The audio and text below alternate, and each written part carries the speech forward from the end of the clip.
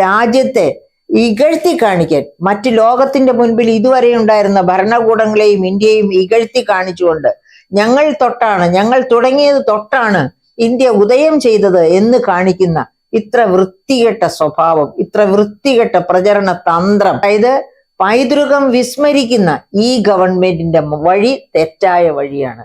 ഈ തെറ്റായ വഴിയിലൂടെ ഇന്ത്യക്കാരെ കൈപിടിച്ച് നടത്തുന്നത് നാശത്തിലേക്കാണ്, പരിസ്ഥിതി സൗഹൃദമായ വളർച്ചയിലേക്കാണ് എന്ന് വിശ്വസിക്കാൻ എനിക്ക് ബുദ്ധിമുട്ടുണ്ട്. അതായത് വലിയ തന്ത്രമാണ് BJP ഗവൺമെന്റ് പയറ്റിക്കൊണ്ടിരിക്കുന്നത്.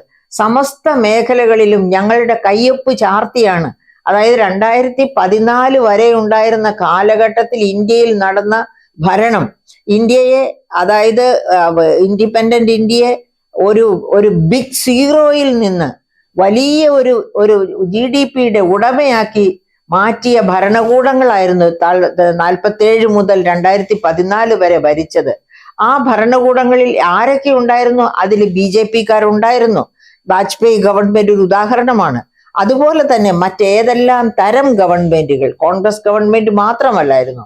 അപ്പൊ കോൺഗ്രസ് ഗവൺമെന്റുകളും മറ്റ് ഗവൺമെന്റുകളും എല്ലാം കൈകോർത്തു പിടിച്ച് ഒന്നിനു പിറകെ ഒന്ന് എന്ന രീതിയിൽ വികസനത്തിന്റെ പാതയിലേക്ക് ഇന്ത്യയെ നയിക്കുകയായിരുന്നു.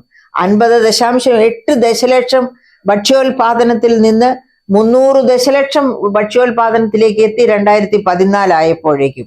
അതിനുശേഷം ഇതാ ഇപ്പോൾ വീണ്ടും അത് 330.5 ദശലക്ഷം ടണ്ണിലേക്ക് വളർന്നിരിക്കുന്നു. ഇങ്ങനെ ഭക്ഷ്യോൽപാദനം, വ്യാവസായികോൽപാദനം ഇതെല്ലാം വർദ്ധിച്ചു. പക്ഷേ 2014 ശേഷം, അപ്പോൾ നമ്മൾ ഒന്ന് ആലോചിച്ച് നോക്കണം, 2014 ശേഷം, അതായത് ധവളപത്രം, കേന്ദ്ര ഗവൺമെന്റ് ഇറക്കിയ ധവളപത്രമൊക്കെ എന്ത് ബയസ്ഡ് ആയിട്ടുള്ള ധവളപത്രമാണ്. ഞങ്ങൾക്ക് പുറകിൽ വലിയ പ്രളയമായിരുന്നു, ഇരുളായിരുന്നു. ഞങ്ങൾ വന്നതിന് ശേഷമാണ് ആ ഇരുളിൽ നിന്ന് വെളിച്ചത്തിലേക്ക് ഇന്ത്യ വന്നത് എന്ന തരത്തിൽ തരം താണ പ്രചരണ ആയുധങ്ങളുമായിട്ട് മുന്നേറുന്ന ഒരു സർക്കാരിനെയാണ് നമ്മൾ കാണുന്നത്. ഇതിനൊക്കെയാണ്, ഈ കള്ളപ്രചാരണങ്ങൾ നടത്താൻ വേണ്ടിയാണ് ഇത്ര വലിയ തോതില് മാഫിയ പ്രവർത്തനം ഒരു സർക്കാർ തന്നെ നേരിട്ട് നടത്തുന്നത്. അതായത് ഇലക്ട്രൽ ബോണ്ട് എന്ന ഒരു പ്രത്യേക എന്താ പറയുക പണസമാഹരണ യന്ത്രം സൃഷ്ടിക്കുന്നു. അതൊരു മണി മിന്റിങ് യന്ത്രം പോലെ തന്നെയുള്ള ഒരു യന്ത്രമാണ്. അങ്ങനെ സൃഷ്ടിച്ച് പണം സമാഹരിച്ച് അത് രാജ്യത്തെ ഇകഴ്ത്തി കാണിക്കാൻ മറ്റ് ലോകത്തിന്റെ മുൻപിൽ ഇതുവരെ ഉണ്ടായിരുന്ന ഭരണകൂടങ്ങളെയും ഇന്ത്യയും ഇകഴ്ത്തി കാണിച്ചുകൊണ്ട് ഞങ്ങൾ തുടങ്ങിയത് തൊട്ടാണ് ഇന്ത്യ ഉദയം ചെയ്തത് എന്ന് കാണിക്കുന്ന ഇത്ര വൃത്തികെട്ട സ്വഭാവം, ഇത്ര വൃത്തികെട്ട പ്രചരണ തന്ത്രം ഓർമ്മിക്കണം. സ്വന്തം ജീവൻ ബലി കഴിച്ചിട്ടാണ് മഹാത്മാഗാന്ധി, അതായത് അദ്ദേഹം എന്താണ് നമ്മള് ഇൻഡിപെൻഡന്റ് ആയതിനു ശേഷമാണ് കൊല്ലപ്പെട്ടത്. പക്ഷെ അദ്ദേഹം കൊല്ലപ്പെട്ടത് ഈ മതവെറിയന്മാരുടെ, മതഭ്രാന്തന്മാരുടെ വെടിയേറ്റാണ് എന്ന് നമ്മൾ ഓർക്കണം.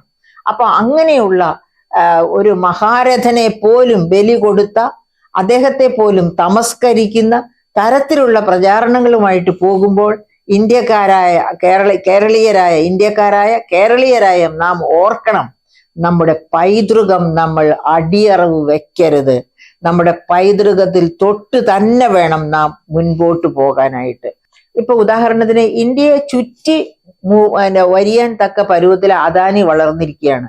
അദാനിയുടെ പേര് പുറത്തു വരുമോ ഇല്ലയോ നമുക്കറിഞ്ഞൂടാ. അദാനി ഇലക്ട്രൽ ബോണ്ട് വഴി അല്ലായിരിക്കാം, ഒരു പക്ഷെ നേരിട്ട് തന്നെ ആയിരിക്കാം ശതകോടികൾ, സഹസ്ര കോടികൾ സംഭാവന ചെയ്യുന്നത്. അപ്പൊ അത് ഇങ്ങനെ ഇലക്ട്രൽ ബോണ്ട് വഴി പുറത്തു വരണമെന്നില്ല. അതുപോലെ കോർപ്പറേറ്റുകളെ പ്രീണിപ്പിച്ച് തെറ്റായ ദിശയിലേക്കാണ് ഇന്ത്യയുടെ വികസനം കൊണ്ടുപോകുന്നത്. നാം കണ്ടതാണ്. ഈ ഗവൺമെന്റ് ഏറ്റവും ഫോക്കസ് ചെയ്തത്, കേന്ദ്ര ഗവൺമെന്റ് ഏറ്റവും ഫോക്കസ് ചെയ്തത് എന്താ പറയുക, ഇൻഫ്രാസ്ട്രക്ചറിലാണ്. ലോക നിലവാരത്തിലുള്ള ഇൻഫ്രാസ്ട്രക്ചർ ഒരു രാജ്യത്തിന്റെ വികസനത്തിന് അത്യാവശ്യമാണ് താനും. അപ്പൊ ആ രീതിയിൽ നാം ഈ കേന്ദ്ര ഗവൺമെന്റിനെ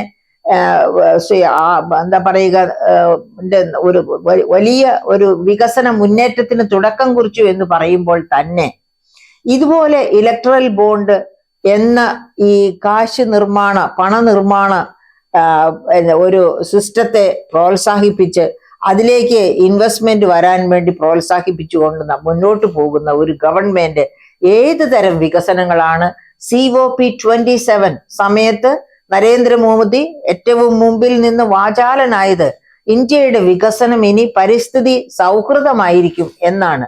ഇവിടെ നടന്നുകൊണ്ടിരിക്കുന്ന ഹൈഡ്രോ ഇലക്ട്രിക് പ്രോജക്റ്റ് ഒക്കെ എങ്ങനെയുള്ളതാണ്, അതുപോലെ പവർ പ്രോജക്ട്സ് എങ്ങനെയുള്ളതാണ്, ഇതൊക്കെ തന്നെ പരിസ്ഥിതി പ്രയോജനമാണോ അതോ ഈ കോർപ്പറേറ്റുകളുടെ പോക്കറ്റിൽ കൈയിടാൻ വേണ്ടി ഇലക്ട്രൽ ബോണ്ട് വഴി അവരുടെ പോക്കറ്റിൽ കൈയിടാൻ വേണ്ടി നടത്തുന്ന ഇത്തരം വഴിവിട്ട മാർഗങ്ങളിൽ ഇന്ത്യയെ കുരുതി കൊടുക്കുകയാണോ ചെയ്യുന്നത് എന്ന് പോലും നാം സംശയിക്കേണ്ടിയിരിക്കുന്നു. എന്തായാലും ഈ ഗവൺമെന്റ്, അതായത് പൈതൃകം വിസ്മരിക്കുന്ന ഈ ഗവൺമെന്റിന്റെ വഴി തെറ്റായ വഴിയാണ്.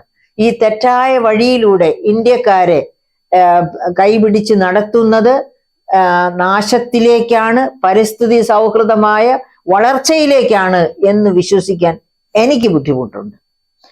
പ്രിയപ്പെട്ട സുഹൃത്തുക്കളെ, നാം ഒന്നിച്ച് ശക്തമായി പ്രതിരോധിച്ചാൽ മാത്രമേ ആ പ്രതിരോധത്തിന് എന്തെങ്കിലും വിലയുണ്ടാകൂ.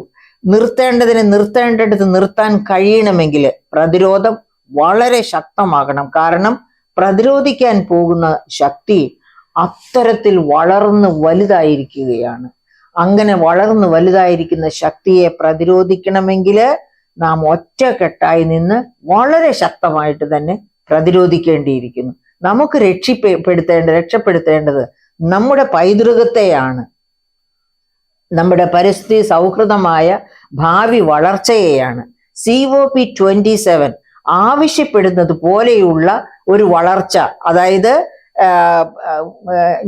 അതിന്റെ ഡീറ്റെയിൽസിലേക്ക് ഞാൻ പോകുന്നില്ല. അപ്പൊ അങ്ങനെ ഒരു വളർച്ചയെ പറ്റി സ്വപ്നം കണ്ടുകൊണ്ട് മുന്നേറുമ്പോൾ ഇലക്ട്രൽ ബോണ്ട് ഇതുവരെ വരുത്തി വെച്ച വിനകൾ എന്തൊക്കെയാണെന്ന് മനസ്സിലാക്കിക്കൊണ്ട് അതിന്റെ പുറകിലുള്ള ശക്തികളെ, അത് പ്രയോഗിച്ച് നാടിനെ നശിപ്പിക്കുന്ന അന്തഛിദ്രമുണ്ടാക്കുന്ന ശക്തികളെ കണ്ടെത്തുകയും അവർക്കെതിരെ പ്രതിരോധം സൃഷ്ടിക്കുകയും ചെയ്യാൻ നാം ബാധ്യസ്ഥരാണ്, ഇന്ത്യക്കാരെന്ന രീതിയിൽ, കേരളീയരെന്ന രീതിയിൽ.